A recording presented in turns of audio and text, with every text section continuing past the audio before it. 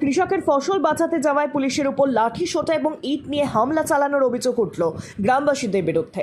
হামলায় 5 জন পুলিশকর্মী আহত হয়েছেন। ঘটনাস্থলে বিশাল পুলিশ বাহিনী গিয়ে আক্রান্ত পুলিশকর্মীদের উদ্ধারও করেছে। ইটের আঘাতে মাথা ফেটে যাওয়ায় এক কনস্টেবলকে হাসপাতালে ভর্তি করা হয়েছে। পুলিশ এই ঘটনায় স্বতঃপ্রণোদিতভাবে গ্রামবাসীদের বিরুদ্ধে মামলা দায়ের করেছে।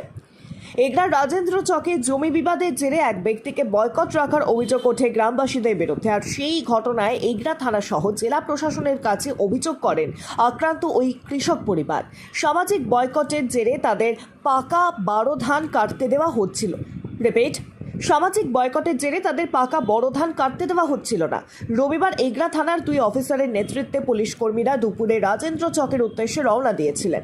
অভিযোগের তদন্ত সহ ধান কাটতে কৃষক পরিবারকে নিরাপত্তা দেওয়াই ছিল পুলিশের উদ্দেশ্য।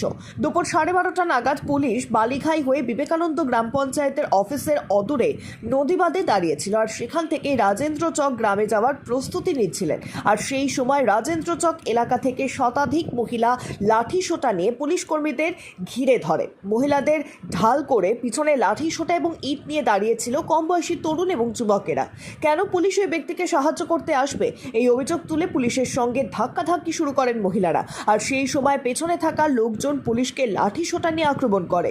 পুলিশকে লক্ষ্য করে ছোড়া হয় ইট পাথর। আক্রমণে 2 অফিসার সহ 5 জন পুলিশকর্মী আহত হন। খবর পেয়ে এগরা থানার বিশাল পুলিশ বাহিনী ঘটনাস্থলে গিয়ে আক্রান্ত পুলিশ কর্মীদের উদ্ধার করেছে। ইটের আঘাতে একজন কনস্টেবলের মাথা ফেটে যায়। আহত ওই কনস্টেবলকে এগরা সুপার স্পেশালিটি হাসপাতালে ভর্তি করা হয়েছে। আহত বাকি 4 জন পুলিশ কর্মীকে প্রাথমিক চিকিৎসার পরে ছেড়ে দেওয়া হয়েছে। আর এই ঘটনায় এগরা থানার পুলিশ রাজেন্দ্র চক এলাকায় হামলাকারীদের বিরুদ্ধে স্বতঃপ্রণোদিতভাবে মামলা রুজু করে তদন্ত শুরু করেছে। যদিও ঘটনায় এখনো পর্যন্ত কেউ গ্রেফতার হয়নি।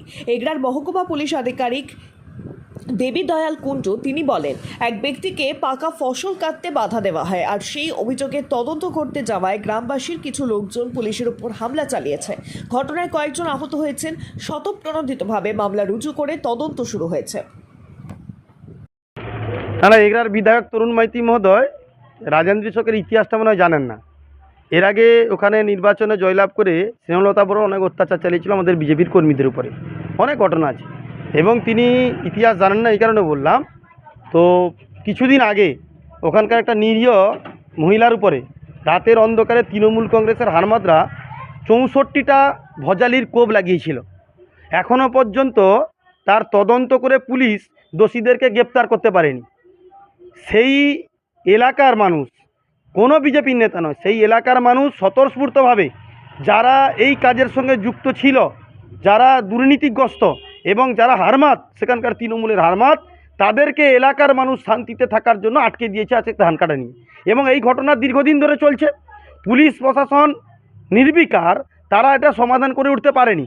কারণ দেশের গ্রামবাসীর মানুষজন, এলাকাবাসী তাদের শান্তিতে থাকার জন্য তারা যে চেষ্টা করেছিল, পুলিশ সেটাকে ব্যর্থ করেছে। তৃণমূল কংগ্রেসের অঙ্গুলি এলেন এবং সেটা তরুণবাবুর অঙ্গুলি এনে হয়েছে।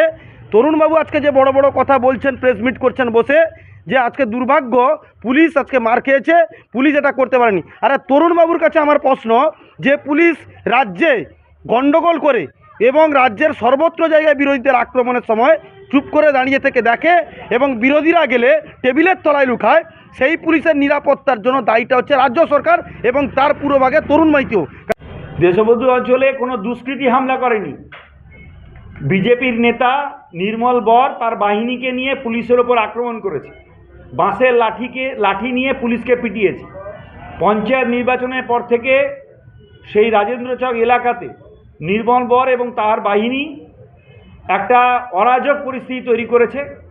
আমাদের তৃণমূল কংগ্রেস কর্মীদের জমিতে ধান কাটতে দেয় না, জমিতে রোপণ করতে দেয় না, তাদেরকে ঘরছাড়া করেছে, তাদেরকে মেরে হসপিটালে ভর্তি করেছে, তাদের বিরুদ্ধে এফআইআর করেছে।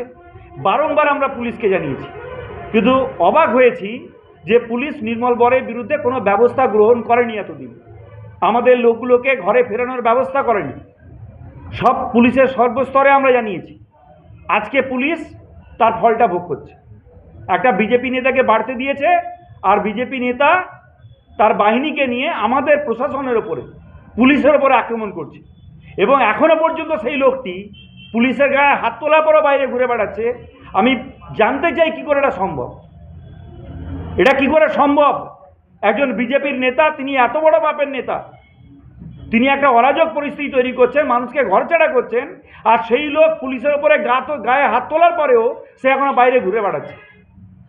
আমি পুলিশকে অনুরোধ করবো ইমিডিয়েটলি তাকে অ্যারেস্ট করতে হবে এবং রাজেন্দ্র চকে আমাদের সমস্ত ঘরছাড়া লোককে ঘরে ফেরাতে হবে এবং সেখানে শান্তি প্রতিষ্ঠা করতে হবে। যেখানে পুলিশ নিজেই আক্রান্ত সেখানে সাধারণ মানুষের কী করে নিরাপত্তা দেবে? সে প্রশ্ন আমাদের মধ্যেও যাচ্ছে। পুলিশকে আরও বড় বাহিনী নিয়ে যারা এই দুষ্কৃতকারী বিজেপির নেতৃত্ব, তাদেরকে অ্যারেস্ট করতে হবে এবং তাদেরকে অ্যারেস্ট করে ওখানে সার্বিকভাবে আমাদের মানুষজনকে ঘরে ফেরালে ওখানে শান্তি ফিরবে।